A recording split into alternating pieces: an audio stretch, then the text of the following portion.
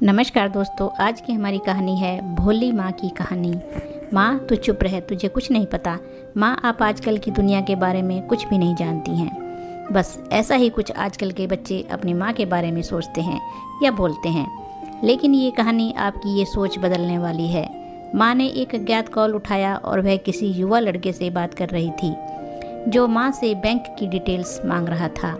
माँ ने कहा, मेरा डेबिट कार्ड नंबर, क्या आप बैंक से बोल रहे हैं? उन्होंने पूछा। मैं तुरंत चिल्लाया, माँ वे घोटालेबाज हैं, तुरंत फ़ोन बंद कर दीजिए।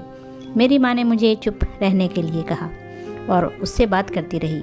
और जैसे ही फ़ोन पर लड़के ने कहा, सुरक्षा उद्देश्यों के लिए ये डिटेल्स चाहिए, उन्होंने उसे अपना डेबिट कार्ड नंबर और एक्सपायरी डेट और CVV भी बता दिया। मैं डर गया था क्योंकि मेरी माँ बहुत भोली है और उन्हें इन सभी घोटालों के बारे में कुछ भी नहीं पता है, और वो मेरी बात भी नहीं सुन रही थी। कुछ देर तक मैं माँ को रोकता रहा, लेकिन वो उसकी बातें लगातार सुनती रही।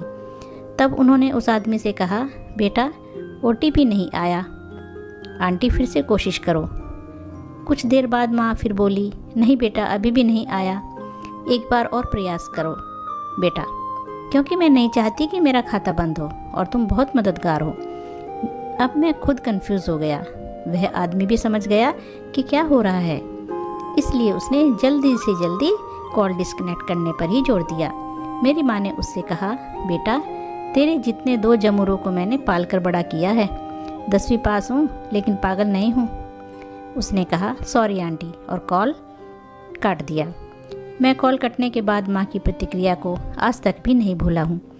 दोस्तों, भोली भाली सी लगने वाली हमारी माताएं ज़रूरत पड़ने पर कितनी होशियार और सबक सिखाने वाली हो सकती हैं, इस कहानी से ज़रूर जान लीजिए, क्योंकि हमारी माँ हमारे लिए ही भोली हैं। तो दोस्तों, कहानी कैसी लगी? अच्छी लगी है तो लाइक और शेयर कीजिए और चैनल को सब्सक्राइब कीजिए। धन्यवाद दोस्तों।